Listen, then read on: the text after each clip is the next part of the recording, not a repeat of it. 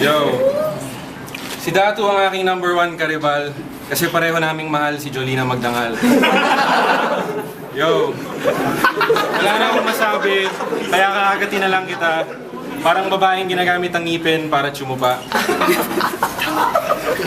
Yo. Ang tagal mo na nagra-rap pare, wala ka pa ring album.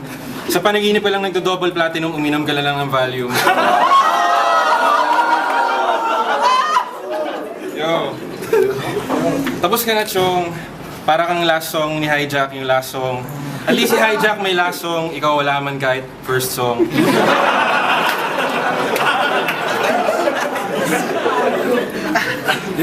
Yo, listen. Okay. Hindi ko na alam ang aking sasabihin. Ikaw ay aking kakainin. Yo, kakainin kita parang hapunan. Relax lang po, relax lang po. Yo, kakainin kita parang hapunan. Kakainin mo ako parang tamod sa iyong lalamunan. Yo, ito ang last line.